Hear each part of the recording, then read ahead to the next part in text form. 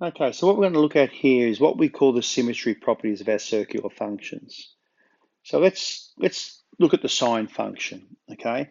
What we're saying is we know that the sine value, if that angle there is theta, I know that sine theta measures that height there.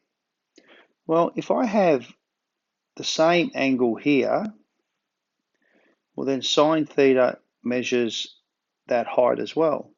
So both of those heights are the same.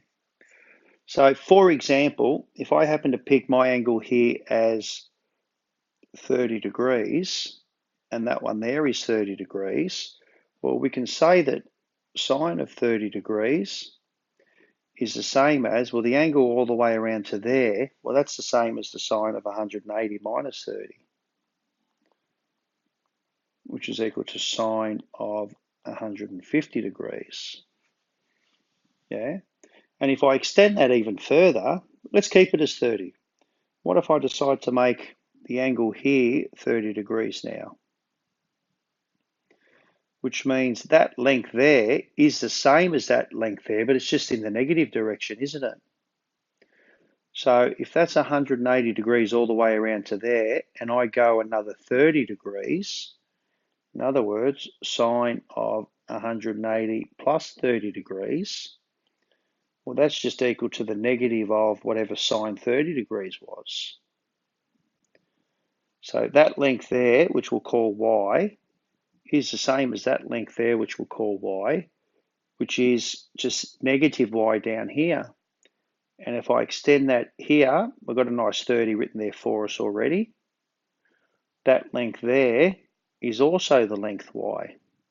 But again, it's negative because the y value is negative down there. And this angle here, well, that's 360 there. So if I do sine of 360 and I subtract 30 degrees, well, again, that's the same as negative sine 30. So if I come down here, it doesn't matter. That length there for sine is the same as that length there for sine, which is the negative of that length there and the negative of that length there. So the length of the sides are the same. The only thing that changes is that the sine value is negative here and it's negative there. The same thing can be said for cosine. Cosine measures that length there. So that length there is going to be the same as this length there, just a negative direction. So it doesn't matter whether I go up here or come down here, the cos value is going to be the same because my x-coordinate is the same. So to measure these angles, if that angle there is theta, well, around to there, that's 180 minus theta or pi minus theta. If I go all the way around to there, well, that's 180 degrees or pi plus theta. And then if I go all the way around to here, I've just got that little bit missing, which is 360 minus theta. So what we're saying is that if I go 180 degrees plus or minus the angle, minus being up here, plus being down here, well, it's going to be the same as whatever sine or cosine of that angle is.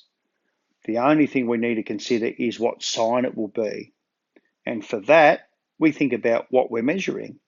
The sine value measures the y coordinate, and so sine is positive here and here. Cosine measures the x coordinate, so cos is positive here and here.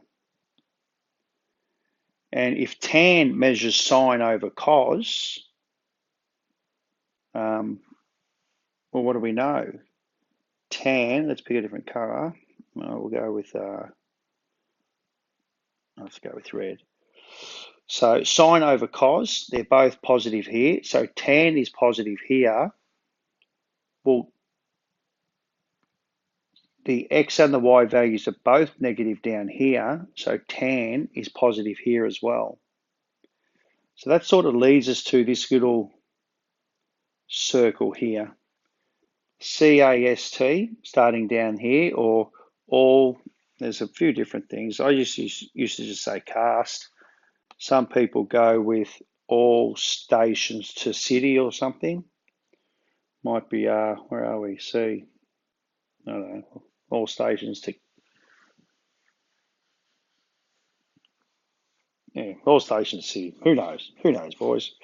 But the key is all the trig functions are positive in that quadrant. Only the sine function is positive here because the x coordinate is negative. Only the tan function is positive here because sine is negative and cos is negative, and negative over negative is positive. And only the cos function is positive here. All right. So these symmetry properties, whilst we won't do a massive amount with them just now, they become crucial to us in the next lesson or two. So keeping that in mind, those symmetry properties, we've sort of almost covered this a little bit. If that's positive theta here, okay, that's negative theta down here. So think about what's happening. So sine is positive up there. Down here, the coordinate is x, negative y. So what do I know about being at negative theta? So if I work out sine of negative theta, well, I know sine is negative in this quadrant, so it's a negative sine theta. However, cos of negative theta, well, down in this quadrant here, quadrant 4, that's where cosine is positive, so that's the same as cos theta. Tan of negative theta in this fourth quadrant is sine over cos. Sine over cos, which is negative over positive, gives me a negative value as well. So just for curiosity, if you work out sine 30 degrees on your calculator, cos 30 degrees, and tan 30 degrees, you'll get a half for that one, 0.8660 for that one. Shit, I can't remember, root 3, and you'll get 1 on root 3, whatever that is, as a decimal for that one. If you work out sine negative 30 degrees, you'll get negative a half. Cos negative 30 degrees will give you positive 0.8660, so it doesn't change. And tan 30 degrees will give you negative 1 on root 3, whatever that is as a decimal, okay?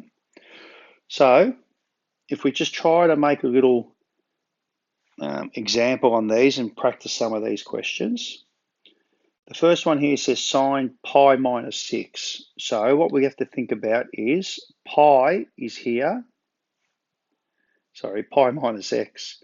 Pi is there, and I'm subtracting the angle, which means I'm back in this quadrant here. So again, let's label them A, S, T, C. So pi minus x puts me in the sine quadrant. So that means that's just equal to sine of whatever x is. And sine x happens to be 0.8. Okay. Sine pi plus x. Well, pi plus x puts me in the third quadrant. So it puts me in the t quadrant where sine is negative. So that's just equal to the negative sine of x, which happens to be negative 0.8. Sine of 2 pi minus x. Well, 2 pi is here, and if I subtract x, I'm back this way. So that puts me in the cos quadrant, where sine is negative. So that's the same as negative sine x, which is equal to negative 0.8. Sine of minus x also puts me in the cos quadrant. So that's just equal to negative sine of x, which is equal to negative 0.8. So notice for me, I didn't go to any of those rules that we just spoke about, all the symmetry properties. All I concentrate on is which quadrant I'm going to end up in. And then I know, which depending upon which quadrant I'm in, C, A, S, or T, that tells me whether I should get a positive or negative answer. We've already probably done these ones. Cos of negative 3 pi on 2. Let's think about negative 3 pi on 2. That's up here, where cosine is 0. Sine of negative pi on 2 is just to there, where sine is negative 1. All right. So there's a fair bit in that, but it's just, look, practice them all. I put them all because we've just got to get used to working with those properties, okay?